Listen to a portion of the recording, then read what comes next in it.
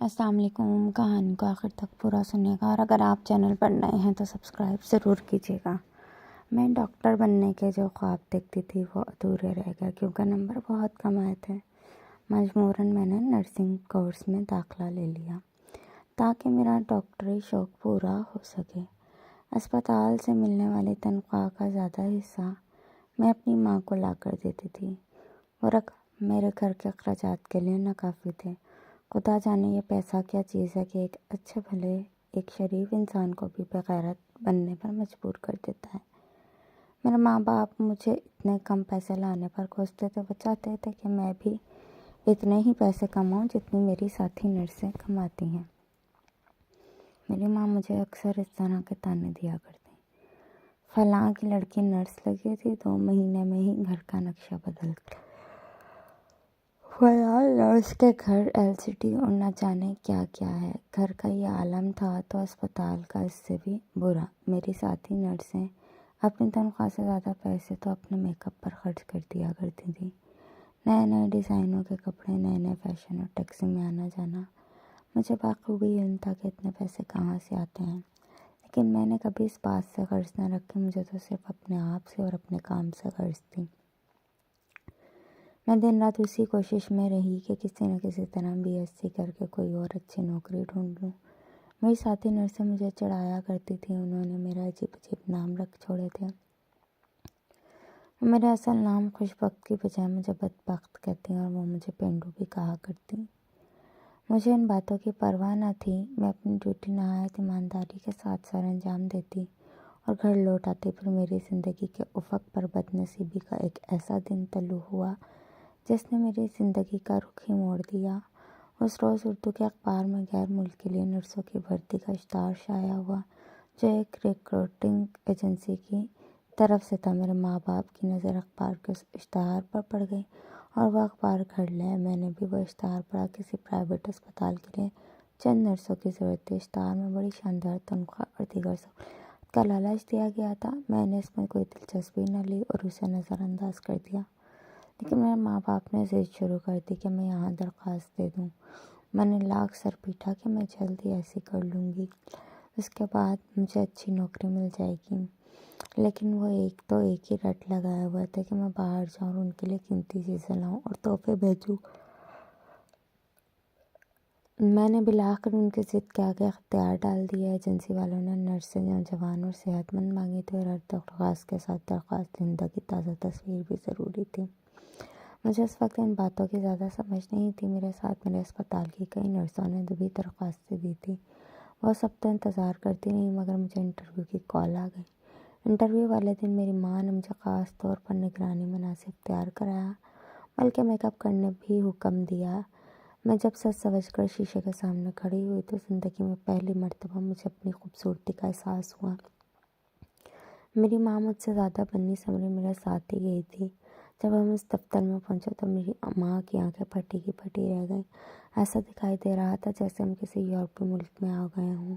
Interview کے لیے صرف 3 لڑکیوں کو بلایا گیا تھا۔ میرے علاوہ جو 2 تھیں وہ اکیلی ہی آئی تھیں اور معمولی شکل و صورت کی مالک تھیں۔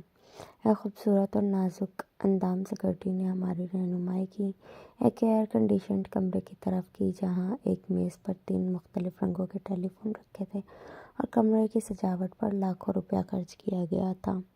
ہم دونوں ماں بیٹی وہاں بیٹھ گئے۔ کمرے میں کرسی خالی پڑی تھی، کوئی کمرے میں موجود نہ تھا۔ تھوڑی ہی دیر میں ہمارے پیچھے والا دروازہ کھلا اور ایک انتہائی قیمتی سوٹ میں ملبوس اسمارٹ سا نوجوان اندر داخل ہوا۔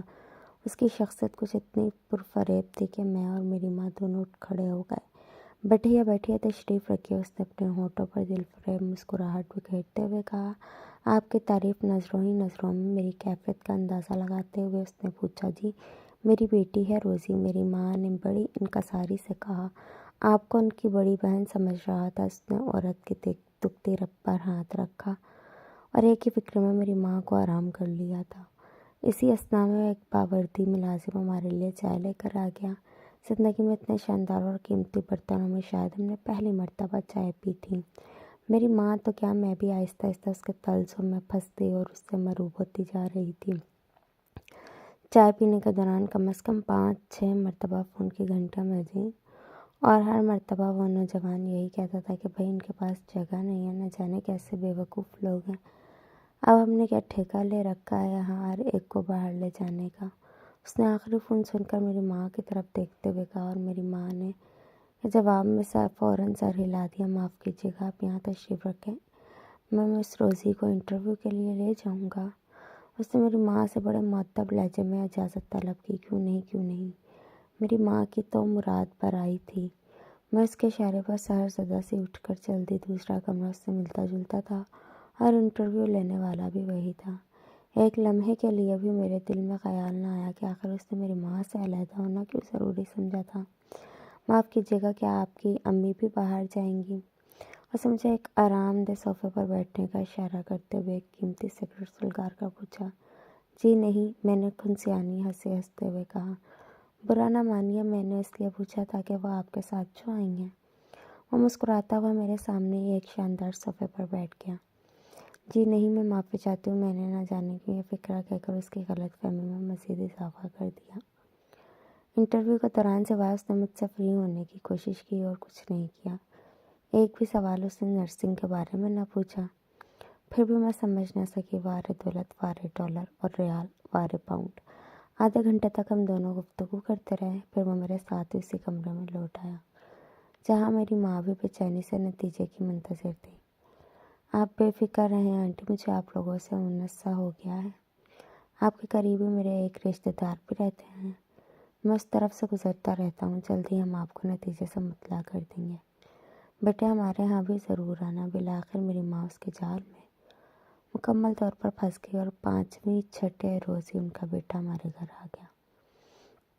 میں اس وقت گھر پر نہیں تھی، ڈیوٹی پر تھی۔ اس نے میری ماں سے کہا کہ وہ اس کمپنی کا مینیجر ہے، انٹرویو کا نتیجہ وہ دیگر عہدیداروں کو بتا دے گا۔ پھر بھی کچھ لوگ مان نہیں رہے ہیں، لیکن وہ روزی کو ضرور باہر بھیجے گا۔ اس نے میرے گھر والوں پر جادو کر دیا تھا، اور ایسا کیوں نہ ہوتا۔ حوث نے اس کی آنکھوں پر پٹی جو باندھی تھی، میری ماں بازد تھی کہ وہ اپنی مصروفیت کے باوجود روزی سے مل کر جائے۔ میری چھوٹی بہن نے مجھے اسپتال فون کر کے فوراً گھر آنے کو کہا۔ جب میں گھر پہنچی تو میرے والدین اس کے آگے پیچھے جا رہے تھے اور میری چھوٹی بہن اس کے لیے تیسری مرتبہ چائے بنا کر لا رہی تھی۔ مجھے دیکھتے ہی میری والدہ کھل اٹھی، لو بھائی تم لوگ بیٹھو، مجھے تو گھر کے کام کاج کرنے ہیں۔ میری ماں بہانہ بنا کر اٹھ گئی۔ اب میں اور وہ اکیلے ہی کمرے میں موجود تھے۔ میری ماں بھی مجھے برباد کرنے پر تل گئی تھی۔ میرا نام رمیز، مس روزی، اور مجھے حیرانی ہے کہ آپ نے ابھی تک مجھ سے میرا نام کیوں نہیں پوچھا۔ آپ شاید یہ سوچ رہی ہیں کہ میں کوئی عام سا نوجوان ہوں اور آپ پر ڈورے ڈال رہا ہوں، حالانکہ ایسی کوئی بات نہیں۔ شاید آپ کو اس بات کا علم نہ ہو کہ میرا تعلق جس فرم سے ہے وہاں مجھے روزانہ دنیا کی بھر کی خوبصورت لڑکیوں سے واسطہ پڑتا ہے۔ مجھے کسی بھی چیز کی کمی نہیں ہے مس روزی۔ اگر میرا کوئی ایسا ہی غلط ارادہ ہو تو آپ ہی سوچیے کہ میرے لیے رکاوٹ کیا ہے۔ شاید آپ کو میرے خلوص پر اب بھی یقین نہ آئے، لیکن میں آپ کو بتا دینا چاہتا ہوں کہ میں آپ کی سادگی نے مجھے متاثر کیا ہے۔